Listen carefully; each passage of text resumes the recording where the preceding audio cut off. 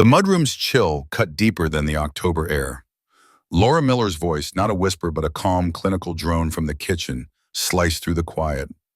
Once he's gone, the money is all ours, Scott. 3 million reasons why this has to look perfect. My hands, still on the doorknob, began to tremble. My perfectly constructed life dissolved into a horrifying, calculated lie. Tom stood motionless in the mudroom, heart hammering. Laura Miller's chilling words echoed from the kitchen. She spoke of 3 million and making it look perfect with a man named Scott. The casual cruelty of her voice shattered Tom's ordinary Tuesday evening. He was supposed to be at a client meeting, a fact Laura relied on. A sudden client emergency had brought him home unexpectedly early. This small change in routine unveiled a devastating truth. Flashback to 2015, meeting Laura at a Boston charity gala. Her vibrant presence, black dress, and captivating laugh drew him in. His colleague, Dan, identified her as a rising realty star. Their instant connection led to a whirlwind courtship. 8 months later, he proposed at the Prudential Tower. She accepted tearfully. A grand wedding and an expensive Maldives honeymoon followed. For 8 years, Tom believed in their happiness, despite minor complaints. He never suspected the dark, deadly secret hidden beneath her perfect facade.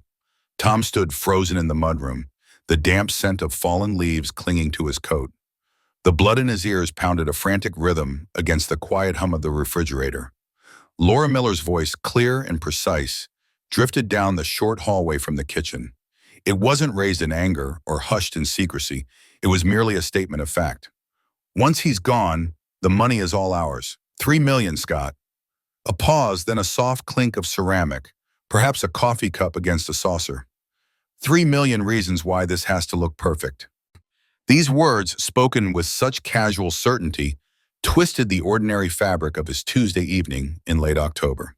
The day had started like any other. The sun was pale over the neighborhood rooftops. He had grabbed his coffee, and Laura had kissed him goodbye at the door, her smile bright and familiar. He was supposed to be in a client meeting until late, reviewing quarterly projections, then driving the hour back home. Laura thought he was safely tucked away at work, buried under spreadsheets and presentations. A sudden client emergency, however, had pulled him out early, a technical glitch in their system demanding his immediate attention. It was a small, inconsequential change in his schedule, a ripple in the predictable current of his week. Yet it was this tiny shift that had now irrevocably altered his life. He had walked through the back door, ready to drop his briefcase and unwind, only to have the air knocked from his lungs by those chilling words. His world, once solid and predictable, now fractured into 1,000 sharp pieces. He thought back to another evening, years ago, when his world had felt like it was expanding instead of shattering. It was a Boston charity gala in the spring of 2015. The ballroom chandeliers cast a warm glow on polished mahogany and the shimmer of cocktail dresses. He remembered Laura Miller even then, a magnet for attention. She moved with an easy grace, her black dress elegant and understated. Her laugh, a bright, melodic sound, carried over the din of conversations, drawing eyes from across the room. She was vibrant, alive, and utterly captivating. "You're staring," his colleague Dan had nudged him, a half-empty champagne flute in his hand. "That's Laura Miller, rising star at Boston Elite Realty. She's got a way of closing deals nobody else can touch." Dan had always known everyone, or so it seemed. Tom had felt a pull, an insistent curiosity he hadn't experienced in years. He'd asked Dan for an introduction. Their connection had felt instant and powerful, a spark igniting in the crowded room. They talked for hours, oblivious to the swirling currents of the party around them. Her eyes, the color of a summer sky, held a depth that drew him in. The weeks that followed were a whirlwind of fancy dinners in city restaurants, spontaneous weekend trips to the coast, and long nights sharing dreams that felt perfectly aligned. He learned about her ambition, her drive, her desire for a life of comfort and influence. He found himself mirroring those desires, envisioning a future where their ambitions intertwined. 8 months later, he had dropped to one knee at the observation deck of the Prudential Tower, the city lights twinkling below like scattered jewels. He had presented a small velvet box. She had said yes through tears, her voice choked with emotion, and kissed him like she had waited for that moment her entire life. Their wedding had been a grand affair, held at a historic mansion overlooking the Charles River. The honeymoon, a lavish 2 weeks in the Maldives, had spared no expense. He had wanted to give her everything, and she, he believed, had wanted only him. For 8 years, he had believed they were happy. He overlooked the occasional quiet complaints about his long hours, the subtle hints that his dedication to his firm sometimes felt secondary to her social calendar. He had dismissed them as minor marital adjustments, the normal give and take of a busy life. He had never once doubted their love, never imagined the dark, deadly secret lurking beneath her perfect smile. The cold, calculated words still hung in the air, transforming every memory into a poisoned lie. Tom's mind snapped back to the present, the cold, stark reality of the mudroom closing in. The memory of the shockingly light traffic on the way home, a small mercy at the time, now felt like a cruel joke, ushering him into this nightmare sooner. Laura Miller's silver sedan, a recent upgrade he'd paid for, gleamed faintly in the failing light of the driveway. But the house itself was unusually dark. His brow furrowed. Laura always left a porch light, a kitchen light, something glowing when she knew he was on his way back. It was a small, domestic habit he'd always appreciated, a silent welcome. Now its absence felt like a warning, a premonition he had foolishly ignored. The garage door, which he'd had recently oiled and serviced, lifted silently, a mechanical whisper. He slipped inside, the familiar scent of gasoline and old lawn clippings doing nothing to calm his rising anxiety. He shrugged off his topcoat, tossing it onto the coat rack, and began to loosen his tie, his fingers fumbling with the knot. That's when he heard it again. Laura's voice, now clearer, sharper, carrying down from the main hallway, perhaps from the study or their bedroom upstairs. There was an edge to it, a metallic coldness, a predatory calm he had never heard before. Not in 8 years. "Everything is according to plan," she stated, her words measured, devoid of any warmth. "He'll be gone soon. You know what to do." Tom's expensive leather briefcase, still clutched in his numb fingers, almost slipped to the tiled floor. His heart hammered against his ribs, a frantic bird trapped in a cage. He leaned against the wall, trying to make himself small, to disappear, to process what he was hearing. He had walked into something far more sinister than a late-night argument. Laura continued, her voice gaining a confident, almost triumphant lilt. "The insurance policy is bulletproof, Scott. 30 days past the date, and it's all ours. Once it's done, we'll have everything we need to start over, exactly how we talked about." He tried to rationalize, to twist her words into something innocuous. Maybe it was an inside joke, a play she was rehearsing, a dramatic monologue for a charity event. But the cold calculation in her tone, the undeniable certainty of her statements, left no room for doubt. There was no theatricality here, only a chilling, methodical purpose. "No, Scott, listen to me," Laura snapped, a sudden flare of irritation entering her voice, cutting through the false calm. "The hiking accident has to look completely natural. No mistakes." She paused, and Tom imagined her pacing, her perfect face set in a mask of stern concentration. "We picked the White Mountains Trail for a reason. Its history of accidents makes it perfect. Remote enough, but not so remote that rescue efforts are impossible. Just long enough for a fall to be fatal, but not suspicious." His breath caught in his throat. Hiking, the White Mountains. He'd mentioned a trip there for his upcoming 2 weeks off. It had been his idea, a way to unwind, to clear his head after a demanding quarter.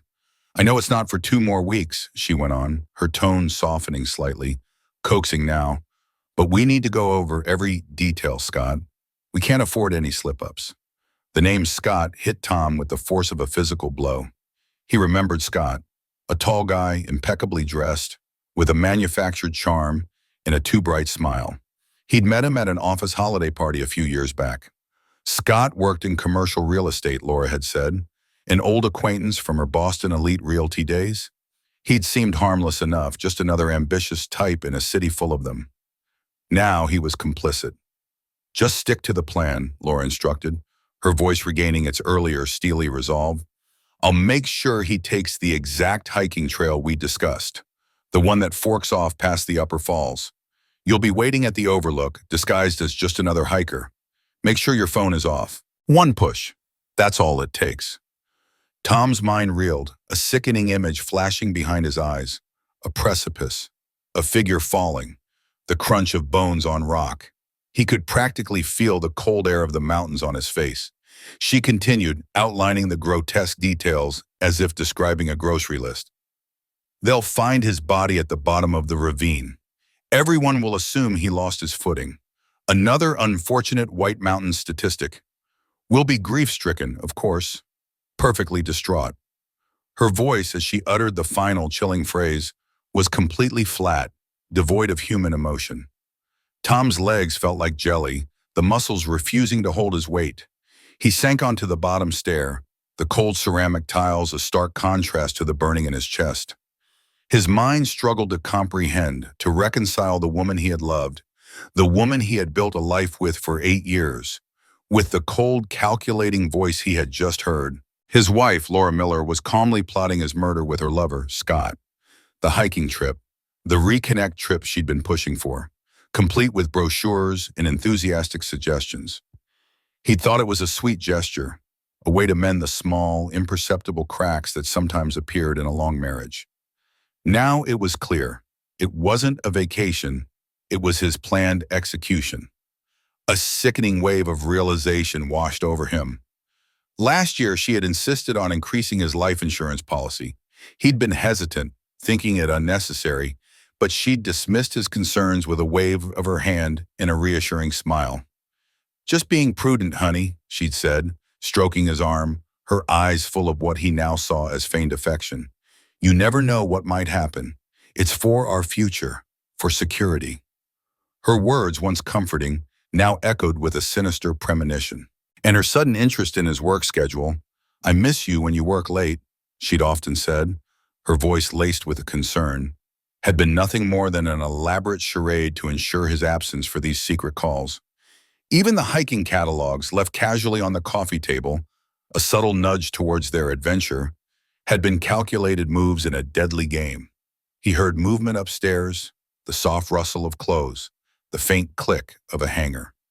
Laura's voice faded slightly as she moved toward her closet, presumably still on the phone with Scott. Then clear again. I'll call you back later. Yes, everything's fine. He won't suspect a thing. He trusts me completely. The bitter irony of her words was a punch to the gut. He wanted to laugh hysterically, a wild, unhinged sound, but he forced himself to breathe slowly, deeply, pushing the air out of his burning lungs. Confronting her now would be suicide, a foolish, emotional reaction that would only accelerate her plans. He fought the urge to run upstairs, to scream, to demand answers. He couldn't. Not yet. He had to be smarter, colder than she was. With immense effort, he pushed himself up from the stair, his muscles protesting. He slipped back out to the garage, his movements quiet, precise. He eased himself into his Tesla, the electric car's silent ignition, a small mercy. He backed out of the driveway without a sound, the car's quiet hum barely disturbing the still October evening. He drove 3 blocks away, turning several corners before pulling over on a residential street lined with dormant oak trees. His hands shook uncontrollably on the steering wheel, the leather cool beneath his clammy palms. His mind raced, a chaotic storm of betrayal and fear. He needed help, someone who would believe him, someone who could help him navigate this impossible, horrifying situation. He needed to prove what he had heard, to expose the deadly truth. He pulled out his phone, his thumb hovering over his contacts. There was only one person he could call, one person he could trust with this kind of impossible story. Frank Henderson, his best friend since college, a man who had served 20 years as a detective with the Boston PD before retiring early to start his own private investigation firm. Frank had seen it all. He knew how the dark underbelly of life worked. Frank, he managed, his voice a raw, trembling whisper, barely recognizable as his own. I need your help. Something's happened. Something bad. Can I come over? There was a beat of silence on the other end, then Frank's voice, calm and steady, cutting through Tom's panic. Frank, ever the detective, sensing the urgency, the desperation in Tom's tone, didn't ask questions. Get over here now, he said. his voice low, serious. Use the back entrance. And Tom, make sure you're not followed. Be careful. Tom ended the call, his heart still thumping, but a sliver of hope, cold and fragile, sparked in his chest. He put the car in drive, pulling away from the curb. He began the hour-long drive to Frank's place in Brooklyn, taking a circuitous route through side streets, constantly checking his rearview mirror. The faint glow of distant headlights, feeling like predatory eyes in the deepening twilight. Every shadow felt like a threat. Every car that passed, a potential pursuer. Frank Henderson waited at his back door, illuminated by the dim glow of a single porch light. His broad, imposing frame, even in a casual flannel shirt, offered Tom a glimmer of the comfort and security he desperately craved. Frank's eyes, usually sharp with amusement, were serious, reflecting the unspoken urgency in Tom's earlier phone call. He merely nodded, a silent acknowledgement, and ushered Tom inside, the door closing with a solid click that felt like sealing off the outside world. He led Tom to his home office, a room that was a testament to his professional caution and decades in law enforcement. 3 large monitors glowed softly, displaying various feeds from security cameras positioned around his property. A heavy-duty gun safe, bolted to the wall, stood prominently in one corner. The air smelled faintly of old paper and gun oil. "Sit down, Tom," Frank said, his voice a low rumble, devoid of judgment, only concern. He walked to a small bar cart tucked into a corner, producing 2 tumblers and a bottle of amber liquid. "Tell me everything. Don't leave out a single detail." He poured 2 fingers of bourbon into each glass, the rich scent of whiskey filling the small room. Tom took the offered glass, his hands shaking so violently the ice cubes clinked against the rim. He downed the bourbon in one gulp, the liquid burning a raw path down his throat, a sharp, tangible reminder of his shattered reality. It did little to calm the tremor in his hands, but the warmth spread through his chest, a small reprieve from the cold dread. Then he began to speak, recounting everything he had overheard, every chilling word, every calculated detail of his impending doom.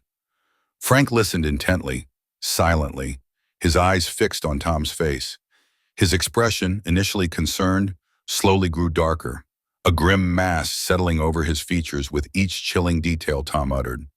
There were no interruptions, no gasps of disbelief, just the steady, unwavering gaze of a man who had seen too much of the world's quiet cruelty.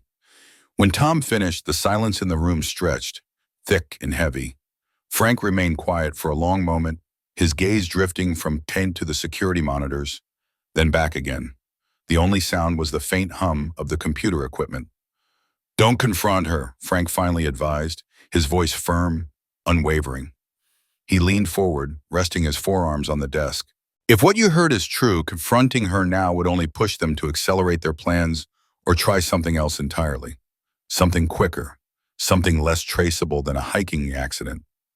Tom felt a wave of near hysteria bubble up inside him. "Don't confront her? Frank, I heard her planning my murder. What are we supposed to do? Call the police? Tell them my wife wants me dead? They'll think I'm crazy. It would be my word against hers in court." Frank nodded, his expression sympathetic but resolute. "Exactly. She could claim it was a misunderstanding, that you heard part of a conversation out of context, that you're delusional, or worse, that you're fabricating a story because you want to leave her for another woman. She's clever, Tom. A good liar, judging by what you've told me, and she knows how to play the victim." He emphasized the critical need for concrete, irrefutable proof, something beyond Tom's testimony alone. "We need evidence, Tom, something that stands up in court, something she can't talk her way out of." He suggested a strategy involving recording devices, hidden cameras, and tracking technology. The words felt overwhelming, alien to Tom's ordered life. He was a financial analyst, not a spy, but Frank's calm confidence began to soothe the raw panic that still gnawed at him, offering a sliver of hope that this nightmare could somehow be navigated. "It's not going to be easy," Frank said, pouring another splash of bourbon for Tom. "But we're going to build a case against them, step by step. We have to be meticulous, precise. We have to be smarter than she is." Tom looked at his friend, a man who had been a rock for him for decades. Frank's steady gaze, his methodical approach, began to ground him. He still felt a profound fear, a deep-seated chill, but it was now laced with a cold resolve. Together, they began to outline the first steps: discreet monitoring, establishing a timeline, and above all, prioritizing Tom's safety and their meticulous approach to gathering proof. Frank outlined the intricate process of evidence collection, his voice a steady, methodical drone that cut through the lingering fog of Tom's terror. He spoke of patience and precision, words that felt alien to the chaos raging inside Tom. He explained how Tom must discreetly plant surveillance devices in their home without arousing Laura Miller's suspicion. It was a delicate, dangerous dance. "You'll need to act normal, Tom," Frank warned, his eyes holding Tom's, "as if nothing happened, as if you know nothing. It's critical. Any deviation, any hint that you've overheard them, and she'll get spooked. She's smart, remember?" Tom dreaded the thought of returning home, of stepping back into the house where his wife, the woman who had shared his bed for 8 years, was actively plotting his demise. But he understood. It was the only path forward for his survival, the only way to expose her. There was no going back to the naive man he had been just hours before. Frank produced a tiny digital recorder, no bigger than his thumb, and a small magnetic GPS tracker for his Tesla. The recorder goes somewhere unobtrusive, where it can pick up conversations without being seen. Think about where she spends most of her time: the kitchen, the study, maybe even the bedroom. He also gave Tom instructions on how to subtly activate and record conversations using his phone, demonstrating the quick sequence of button presses needed to start and stop audio recording without drawing attention. "Every little detail counts," Frank stressed, his voice low but insistent. "Even seemingly innocent chatter could be a crucial piece of the puzzle. We're looking for patterns, for connections, for anything that corroborates what you heard. Don't edit, don't filter, record everything." They then discussed the upcoming hiking trip, still 2 weeks away, which now loomed as the ultimate trap. It wasn't a vacation anymore. It was a deadline, an execution date. Frank devised a plan for Tom to wear a hidden camera during the hike, a critical piece for potential conviction. He handed Tom a small, pen-like device with a pinhole camera, explaining how to position it discreetly on his clothing, ensuring it had a clear line of sight.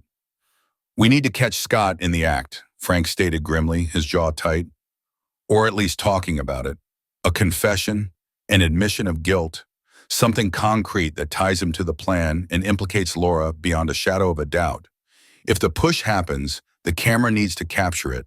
If he doesn't go through with it for some reason, we need him on tape discussing the murder with Laura." Tom practiced using the devices at Frank's house, his fingers fumbling at first, then gaining a chilling, practiced ease. He felt a mix of fear and cold determination solidify within him. Each click of the recorder, each activation of the camera, felt like a step further into a world he never imagined. Frank reminded him repeatedly of the absolute importance of not revealing his knowledge to Laura Miller. "Your life, Tom," Frank said with gravity, his hand resting on Tom's shoulder, "literally depends on her believing you're still completely in the dark. She needs to think you trust her. You have to maintain that illusion, no matter how much it sickens you." The drive back to his dark, silent house felt longer than the trip to Frank's. The moon was a sliver in the inky sky, offering little light. Tom left Frank's house, a terrifying resolve settling over him, armed with the tiny tools he hoped would save his life. He knew he was walking back into a trap, stepping back into the cage with his predator. But now he had a desperate plan, a fragile hope, to turn the tables on his would-be murderers. He knew this was just the beginning, a grueling and dangerous game. To see how life's costly choices unfold, stick around to the end. Tom returned home, the familiar key turning in the lock, feeling like an act of profound betrayal. He forced a strained smile onto his face when Laura Miller emerged from the kitchen, glass of wine in hand, acting as if nothing was amiss, as if the world hadn't utterly imploded just hours before. Her eyes, he noticed, held no hint of guilt, only a casual curiosity. Over the next few days, moving with a practiced, almost surgical stealth, he discreetly planted the tiny digital recorder in their bedroom, tucked behind a stack of books on the nightstand. Another went into the study behind a rarely moved trophy, and a third, disguised as a USB drive, found its place in the kitchen near the coffee maker. He began subtly using his phone to record conversations, especially when Laura discussed the upcoming hiking trip or their finances, her voice a casual murmur, oblivious to the digital ear capturing her every word. Laura continued to talk about the reconnecting hiking trip, her manufactured enthusiasm chilling Tom to the bone. She'd bring up trail maps, suggest gear, always with that bright, unwavering smile. "We really need this, honey," she'd say, placing a hand on his arm, her touch feeling like ice against his skin. He learned through an email confirmation she'd carelessly left open on her laptop that she had indeed increased his life insurance again, citing better rates and prudent planning in her explanation to the company. The previous increase suddenly made sense. It wasn't just $3 million now, it was more. The tension at home was an unbearable knot in his stomach, a constant hum of dread beneath the surface of his forced normalcy. Every shared meal, every casual touch, every night in their bed felt like a suffocating lie. Yet he maintained his poker face, playing the oblivious husband, responding to her plans with feigned excitement. Frank Henderson called him daily, sometimes twice a day, reviewing the covert recordings, his voice a steadying presence in Tom's escalating nightmare. He provided precise instructions, updates on their progress, and subtle encouragement. They began to identify patterns in Laura's calls and texts, especially those with Scott. Short, coded messages, references to the package or the delivery, always followed by hushed, urgent phone calls. The net was tightening. The date for the White Mountains trip drew closer, each passing day escalating Tom's anxiety to a fever pitch. He could almost feel the cold mountain air, the precipice beneath his feet. Frank confirmed the detailed plan for the hidden camera Tom would wear during the hike, knowing it was their best shot at irrefutable evidence. "Make sure it's secure," Frank had instructed. "We can't afford a malfunction." One evening over dinner, Tom casually mentioned to Laura that he was thinking of going for a solo warm-up hike next weekend. "Just to get in shape for our big trip," he said, trying to sound nonchalant. "Don't want to hold you up, you know." Laura, unknowingly playing straight into their hands, encouraged this with an eager smile. "That's a great idea, honey. You know, I was reading about a less frequented trail near the Overlook, a bit more challenging. It's supposed to have some really good views, perfect for getting your cardio up." She even drew a small map, circling the specific trail and the exact point she'd mentioned for Scott to wait. Tom felt a cold shiver run down his spine. It was almost too easy. Meanwhile, Frank's team, working in the dead of night, managed to install a covert camera overlooking the agreed-upon overlook spot in the White Mountains. It was a risky move, but necessary. They needed an independent witness, a silent observer that would capture Scott's arrival, his movements, and, if the plan proceeded, the fatal push. The last few days before the planned murder trip blurred into a terrifying simulation of normalcy for Tom. He went to work, came home, ate dinner, talked about mundane things, all while a storm raged inside him.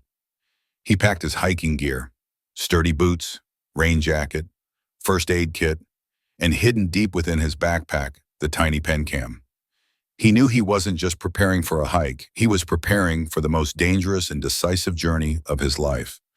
The day of the hike arrived with a stark, unsettling clarity. The October morning air was crisp, smelling of pine and damp earth, a beautiful day for a walk in the scenic White Mountains, or so Laura Miller had carefully orchestrated. Tom drove, his hands tight on the steering wheel, the hum of the Tesla a counterpoint to the frantic rhythm of his heart. The hidden camera, carefully secured, felt like a heavy weight beneath his hiking jacket, a tiny eye observing his impending doom. Every sense was on high alert, sharpened by the gnawing certainty that this was it. They began the hike, the trail winding through vibrant fall foliage. Laura, wearing a bright red windbreaker, walked a few paces ahead, her voice light as she pointed out distant peaks. She guided him, with an almost cheerful insistence, toward the specific, secluded trail they'd discussed, the one that branched off past the upper falls. Each step felt like a deliberate march toward a precipice. As they approached the predetermined overlook, A rocky outcrop offering a breathtaking yet perilous view of the ravine below. Tom spotted it. A figure partially obscured by a thick cluster of pines lurking just beyond the edge of the path. Scott. The sight sent a cold jolt through him, confirming his deepest fears. It was real. Laura stopped, turning to him with a serene smile. "Isn't the view just spectacular, honey?" she said, her voice unnervingly calm. She took a step closer to the edge, then turned and gestured, urging him forward, her hand outstretched. "Come on, get a better look. You can really see everything from here." She was coaxing him, subtly but firmly, closer to the very edge of the ravine. The sheer drop, a dizzying abyss. Tom met her gaze, his own voice steady despite the terror coiling in his gut. "Laura, yeah," he said, the single word cutting through the deceptive calm of the mountain air. "Why are you doing this?" Her initial shock at his words was fleeting, a flicker across her perfect features. Then it twisted, almost instantly, into a mask of cold fury. Her eyes darted, noticing the barely perceptible bulge beneath his jacket. The tiny lens of the hidden camera. The illusion was shattered. She knew he knew. Before either of them could utter another word, Scott rushed forward from the trees, a blur of movement, his face contorted in a snarl of desperation. He lunged for Tom, and a tense struggle ensued, dangerously close to the crumbling cliff edge. Tom fought back, fueled by pure adrenaline, keeping his balance, trying to keep Scott from getting a clear push. He twisted, ducked, and parried, each movement a desperate gamble for survival. Just as Scott gained the upper hand, pushing Tom precariously close to the brink, the distant wail of sirens pierced the quiet mountain air. Frank Henderson's team, who had been covertly monitoring the planted camera and tracker, moved in with astonishing speed. Uniformed officers burst from the tree line, converging on the overlook. Scott and Laura Miller were apprehended, their meticulously planned murder plot fully exposed and recorded. The hidden camera on Tom's chest, the covert camera overlooking the ravine, and the weeks of audio recordings from their home provided irrefutable evidence. Tom stood, shaken to his core, but alive. The full, devastating weight of Laura's betrayal, no longer an abstract fear, but a concrete, ugly truth, finally crashed down on him. Frank appeared, his face grim but relieved. He clapped Tom on the shoulder. "It's over, Tom. All the evidence we need for conviction is secured." The ensuing media storm made Tom's life a public spectacle. A raw tale of betrayal and attempted murder splashed across headlines. He became the man who almost died at the hands of his wife. In the painful aftermath, Tom reflected on the profound loss of his marriage, not just a relationship, but the foundational trust he had placed in another human being. He mourned the shattered innocence he would never regain, the quiet predictability of his life forever gone. He began the long, arduous process of rebuilding, forever marked by Laura's chilling treachery, but with a newfound, hard-won understanding of resilience. He knew he would survive, changed, but unbroken. The trial, when it came, was a predictable parade of facts and expert testimonies. The recordings, the hidden camera footage, Frank's meticulous timeline, it all presented an undeniable narrative. Laura Miller and Scott received their sentences, their names relegated to public record and cautionary tales. For Tom, the legal victory offered little solace. The public scrutiny was relentless, his face plastered on local news, his story dissected in podcasts. He moved out of the house, unable to bear the ghosts of his former life. The memories of a love he now knew had been a carefully constructed lie. The silence in his new, smaller apartment was deafening, a constant reminder of what had been lost. Trust, once a given, now felt like a fragile, dangerous commodity. He still woke some nights, the echo of Laura's cold voice, or the feel of Scott's desperate push, lingering in the dark.